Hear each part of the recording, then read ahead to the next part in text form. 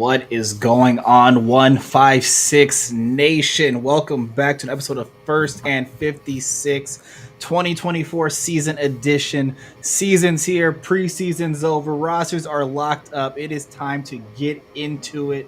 Rondo Griffin, Anthony Gulick, your host, regular as always, no Marcus Martin. First episode of the year, so you know we've got to bring the homie Zach Carmichael. Zach, once again, welcome back to the 56. How you feeling? Oh, feeling great. Feeling great. I mean, I think as a fan, we always feel great going into the season.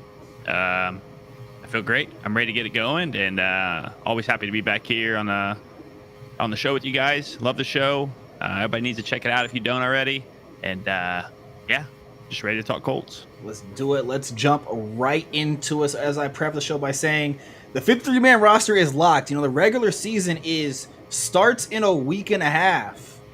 Now, we know the guys on there. It's been a long grind to get to this point. A lot of scrutiny. We're going to talk about it all. But so let's start with the core position. Let's start with the quarterback, Anthony Richardson. He's back. He's healthy. Hopefully we get him for longer than 4 games. Gulick. We talked about it a lot off the air. He looked shaky in preseason. Does that matter? Nah, I don't really think it matters. Young quarterbacks, first time he played in X amount of days. I forgot how many 100 days it was, but he only played a few series each game, and there's bound to be hiccups either way. He only played 4 games, just like you said. We didn't really get him for a full 16, 17, but seeing a full game sample size is something that you really want to see.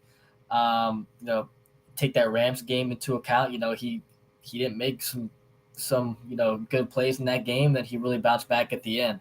So I think week 1 is going to be a real test, a true test, because Houston's got to be probably, I want to say, a top 3 just all hype team of the offseason, with picking up Diggs and Hunter and all these different guys. So I think AR playing the whole game against Houston is going to be a real test for him. And I'm not looking too much into the preseason so far. I want to give him a few games just to see how he does. Yeah, and I'm with you on that. I mean, and for the most part, I've always been a component of the fact that the preseason really only kind of matters for the bottom half of your roster, guys trying to make the teams. But your actual consistent starters, the main guys who are going to be playing the majority of the snaps when the games actually count, it really doesn't matter. You're shaking the rust off. You're getting a little comfortable, but in terms of how they perform in those games, it doesn't matter. I mean, for the main part, you don't really even get to a rhythm. I mean, let's use Richardson for example. I think over the course of the 3 preseason games, he ran 5 drives, maybe 6 drives. That's nothing. In a regular game, you do that maybe in 1.5 quarters, if not 2 quarters. It doesn't accomplish anything. It doesn't tell you anything. Not to mention how many times in years past have we seen this preseason superstar end up getting cut or end up being a bench warmer. It really doesn't truly matter. You're talking about the main guys on your 53. Yeah, I agree. Yeah, I agree. Sam Ehlinger is a prime example of that. That's all I'm going to say. Yeah, I mean, I'll just touch on that too. Anthony Richardson, I mean, it's the preseason, right? Everybody's gonna when you've only started so many games throughout your football career, you get injured in 4 games. All eyes are going to be on you, no matter what time you get. So he is going to be dissected a lot more than your normal quarterback, especially in the preseason where we're seeing him back in game action. And it's whatever you want to hold to it. I don't see much to it. And realistically, that first drive, I mean, we saw what he can do.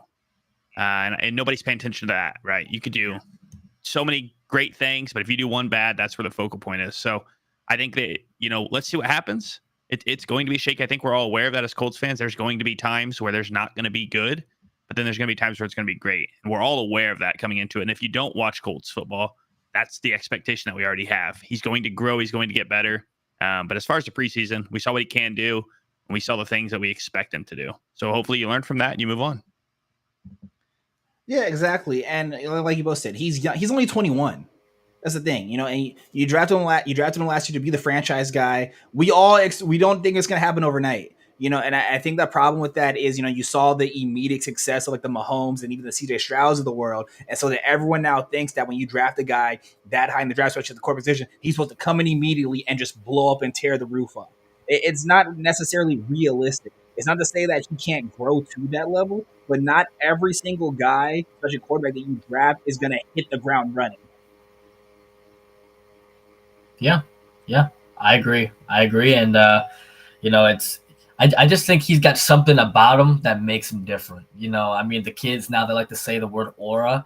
I mean, like this kid, he's just got like this moxie to him. He just seems more of like a franchise quarterback than, I don't know. I'm trying to think of one. Maybe Will Levis. I mean, don't mean to pick on a guy in our division, but like Will Levis doesn't really carry the demeanor of like a franchise quarterback. But like Anthony Richardson, he's got the personality of one. I know it's not part of the game, but a lot of these top quarterbacks all have personalities. Joe Burrow, Mahomes, Allen, guys like that, they all got big personalities, and Anthony Richardson has one. So I feel like we definitely got the right guys. Just gotta take time. Yeah, not only that, and not just personality. I think it's more so kind of like the humble side of it, because you hear like Caleb Williams, saying coming in, oh, the league's going to be easy. Or I think it was Justin Fields when after his first preseason game, he was just like, oh, I thought the league was going to be faster. The fact that he's not saying anything, I love that. You don't get this diva personality, which we kind of expected that with the Chris Ballard era. He drafts guys for their character, obviously their talent, but the second thing he's looking at is their character.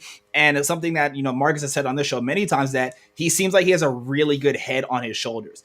May not matter much, when it comes to the actual game, but in terms of the culture you want to bring around the team, obviously not having to deal with off the field problems, it's what you want, especially when you're talking about a guy who's, again, he's drafted and branded to be the face of the franchise. And that's what we're expecting. Yeah, I agree.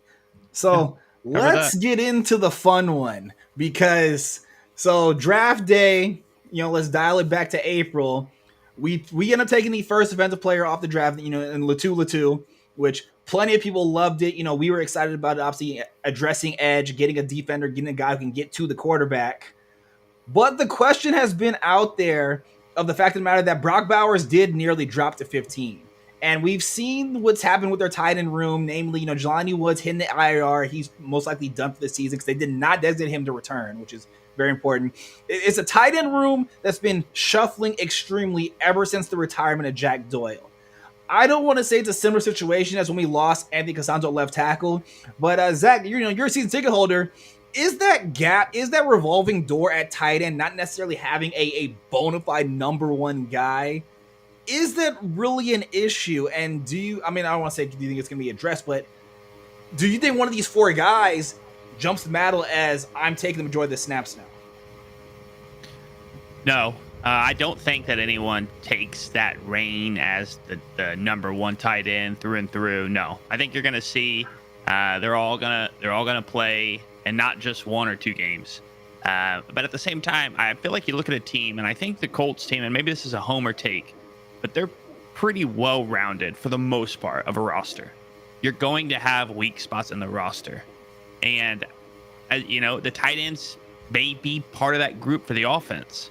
And so I think you have to take what you can get, and then you gotta settle with what you have. For example, right? And then the safety group, right? Everybody wants to move, but nothing's been made. Same sort of thing with the tight end group. I had high hopes for Jelani Woods. I think after year one, I think most of us did. Seeing now 2 years where he's on the IR isn't a good sign, but I don't think it's as glaring as a whole as it could be. And I think there's worse tight ends out there than what we have. So I think you're going to have fresh legs. All four of these tight ends are going to play, and they're each going to have their specialty at whatever they're good at. And I imagine the offense is going to use that to their advantage. And so at least from what I see, it's not too glaring. I think that's probably the weak spot of our offense, but it could be worse. Yeah, it's an argument I've gotten to with a lot of individuals, like over the various different apps, of that. For the most part, when you look at successful teams, whether it's championship teams, playoff teams, most of those teams don't have like this bona fide pass catcher tight end, as an option for a successful offense. Yes, I understand Mahomes has Kelsey and Lamar Jackson has Mark Andrews, but let's use the Mahomes case. After Kelsey, who does he have? Kelsey is the number one receiver in that offense. Baltimore until recently, Mark Andrews was the number one receiver in that offense. George Kittle's a top tight end in this league. I want to say, in terms of offensive weapons, he's almost borderline irrelevant when you look at who else they have over there. There was a time where George Kittle was their number one guy. Maybe he's number 3 now behind Ayuk and CMC. So I think, like you said, Zach, the point is that you don't need this bona fide name to have a successful offense. Heck, we had Jack Doyle for years. Jack Doyle wasn't going high in anyone's fantasy drafts. If you ran some kind of expansion draft, Jack Doyle's not getting drafted, but he was a consistent, solid tight end, did blocking, caught passes when you needed him, but he's never going to, threaten to lead the league in receptions or touchdowns. Yeah, I agree. And I think my stance on tight ends is, having a very good one kind of transforms your offense, but it's not really like as noticeable if you don't have one. The whole tight end by committee thing that we run, I think it works to a point. Definitely does work to a point. I think just like you and Zach both said, each one does their own different thing. Mo is really good at blocking, Granson's really good at running routes, and then Mallory's kind of your do-it-all guy. But I just think in general, though, to branch off of this, I just think that the Jelani Woods saga is getting kind of crazy at this point. When there was a joint practices earlier in the off season, like a couple weeks ago, there were times where he just wasn't playing. Everybody's wondering what's going on, and now he's on IR. At what point do you just say screw it and cut him? Because you invested a lot into this guy. I mean, to be honest with you, if he was a 6th round pick or a 5th round pick even, I mean, he probably wouldn't be here, but you invested a 3rd round pick on the guy, and he's been in and out of the lineup a lot. But it's just a sucky situation because what he showed, I still remember that game against Pittsburgh. I think he might have had like 6 for 70 or 7 for 70 that game. I mean, that's the type of player that you would want with Anthony Richardson. And we look what worked in Philly. I mean, Jalen Hurts loves throwing to Dallas Goedert along with his receivers. So I feel like if we had a dominant tight end, it would be nice. What we're doing right now is fine, but it just sucks. Jelani Woods is not healthy. It's just so disappointing. Yeah. And it's funny you bring up the cut thing about, obviously, like, it's the product's done, it's not going to work. Like I've said it, how is Mo Ali Cox still on his roster? I was a big defender of his years ago. I think he's plateaued, though. That project's done. And, kind of how we both all talked about, no one out of this group is really standing out. You can just cut him. And I think it really, let's go back to last year, when you cut Shaq Leonard, that told me that clearly no one is safe via their name or what they've done for you in the past. So when they made that move, for me as a fan, I was just like, great, we're taking this thing seriously now. If you're not going to produce, you can hit the road jack. So, like you said, Jelani Woods, you might have just let him go because 2 years in, it's your 2nd time on the IR. People want to talk about ARs and injury issues. With Jelani, it's so similar to the same thing. And I would say we've seen better flashes from AR than we have from Jelani. And like you said, you invested a third round pick. You might as well just cut your losses on that. You let Shaq go. I don't know how Matt keeps making this roster, but I guess we'll say that for another time. We touched on it a little bit. Let's flip defensive because, like the tight end group was scrutinized on the offense, for the defense, it's got to be the secondary. You got a lot of youth back there. Ballard decides to bring the band back together. Last year, the band wasn't that great. Blackman probably the only bright spot of it. Zach, we'll start with you again. You got a lot of youth in that secondary, and it's a pass-happy league. What can you expect from the guys back there? Exactly what you're going to expect them. It's going to be a defense that they've relied heavily on the pass rush, the defensive front that we have to be able to get to the quarterback because they're aware that there is a lot of youth in the secondary and it's going to get exposed at times. I know a lot of people don't agree with Chris Ballard, but what he's been saying is a little true, right? You're going to have youth. The only way they're going to get better is by playing. And I think they've accepted that. If there was a move they were going to make for a starter, it would have been done already. I think what you see as the cornerback safeties, despite roster cuts, this is what we're going in with, and this is what they're going to play with. Concern here is the fact that Gus Bradley still didn't even know if who was going to start next to Julian Blackmon, 2 weeks ago? So, yeah, they're going to do a lot of flipping and flopping, and we're really going to see. But outside of that, they're going to rely on the pass rush is the only answer to be able to help this secondary overcome their flaws, and led by Kenny Moore and Julian Blackmon. So you're gonna have to figure it out, and it's it. I mean, we're 11 days from the kickoff, so now it's now or never, and we just hope that they improve over the weeks so that we don't have to worry about this the entire season. Yeah, exactly. And obviously, the big name that everyone was talking about, everybody wanting, Justin Simmons, he ends up going to the Falcons on a 1-year deal, which obviously caused Freak Out Nation to hit the airwaves. But Gulik, I got a question for you, because I've been talking about this off the air. The fact that he signed a 1-year deal and went to Atlanta, that clearly tells me that obviously other teams in the league as well weren't that serious about him. And again, it's only a 1-year deal. Like, I understand being mad at Ballard of, not going to get these guys, whatever. But like I said, you can't force him to sign the paper. He has to do it of his own free will. I mean, Ghoul, you got anything on obviously not getting Simmons and, I guess not getting Gilmore either, or bring Gilmore back? Yeah, I mean, classic Chris Ballard stuff. I mean, he's just going to want to play his young guys. He's a big believer in playing his draft picks. I do believe, regardless of what the reports say, I do believe that we were in on Simmons. But just like you said, 1-year deal, players go for where they think they're going to fit the best. I mean, to be honest, what's a better safety duo, though, in the league than Jesse Bates and Justin Simmons? That's probably that's pretty nasty. Top 2. I can't even think of another one that's better, honestly, but I think the Justin Simmons debate is kind of interesting just because he's getting a little older, but I think he's led the league in interceptions over the last 4 or 5 years, total interceptions. But if the Broncos cut him and he didn't get signed until a week left in training camp, does every GM around the league think that he's just going to fall off? Is there going to be some type of generational fall off for Justin Simmons? And I just don't think that Ballard wants to take that risk on an aging player. Because if you think about this long term, Simmons could come in, have a great season. Obviously, you would love to go far, but let's just say, Colts make a wild card appearance. Simmons is a year older. I mean, we kind of saw it was Xavier Rhodes, right? You bring him in, played great, wild card appearance, and then the next year he kind of fell off, and then you're kind of in a bind. I think Ballard's kind of playing the long-term game here because the team is clearly on the rise here. I mean, let's just say Nick Cross has a good year. Next year, who knows, going into a contract year, he could be really good. And then you don't have to worry about replacing Simmons or an aging vet next year because Quandre Diggs is also in the conversation. So I think playing the long-term game is kind of smart just because of the age of everybody else on your roster, because we don't really have that many old players outside of maybe Ryan Kelly.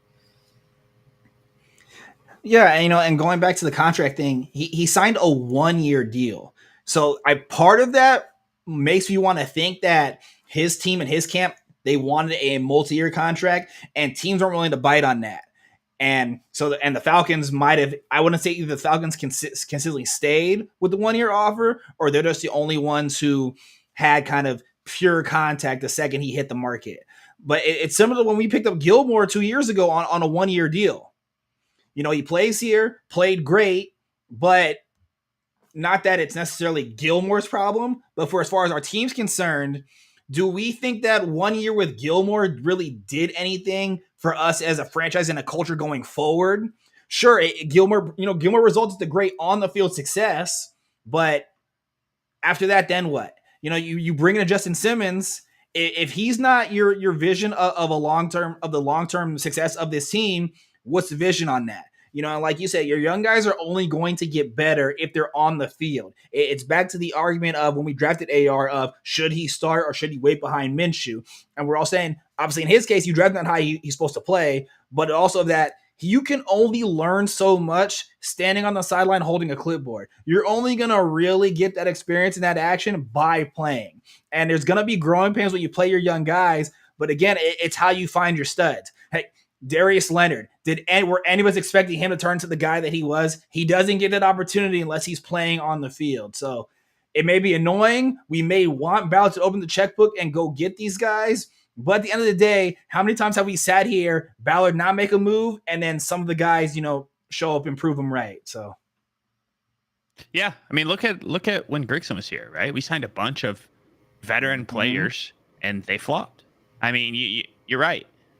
If there were several teams trying to sign a multi-year deal for Justin Simmons, then I could get the frustration, but it wasn't like that. So you look, right? Is Chris Ballard making the right choice by not wanting to pay a veteran safety for 1 year, right? Where does it get us? Does it help us to get more experience?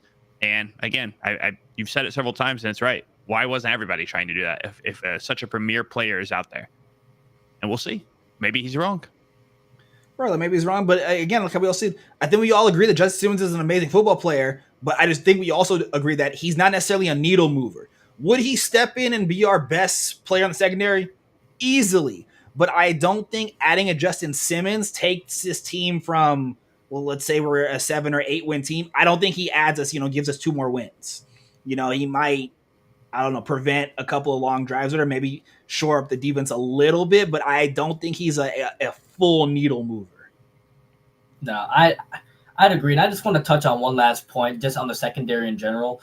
I think everybody going into the draft was thinking corner. I mean, even I was thinking, Terry and Arnold from Alabama sitting there at 15, and I'm thinking we're going to take him, and, we take Latu instead. But I think that move is proven right at this point. I mean, this kid, I don't want to jump to conclusions, but this kid is, like, legit. I mean, we haven't had a guy like this that gets after the passer in a while.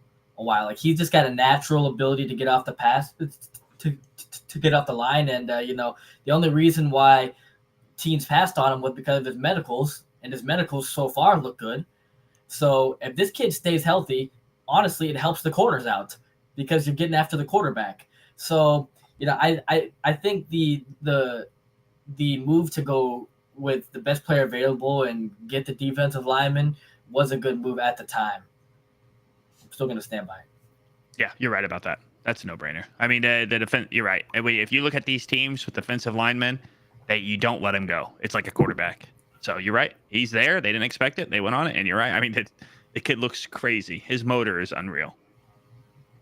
Yeah, I mean, and not only that, it's just like, pre-DeForest Buckner, how many times did we either come on here, or even if we weren't on here, and complain about the lack of the pass rush? So he went out and addressed something, and it's been said over the course of football for the past 10 years. You need a quarterback, and then you need a guy who gets after the quarterback. Those are probably the 2 core kind of position groups you need in order to successfully, get a ring. Again, let's look at the Chiefs. They got Mahomes. They got Chris Jones. When the Rams won, Matt Stafford, and Aaron Donald.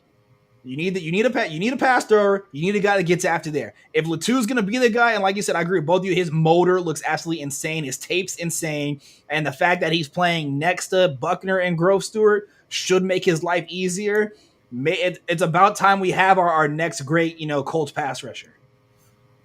Yeah, I just think the film on him, it literally speaks for itself, because that film against Denver where he's going up against Bowles, and Bowles is one of the, I would say, top 15 left tackles in the league.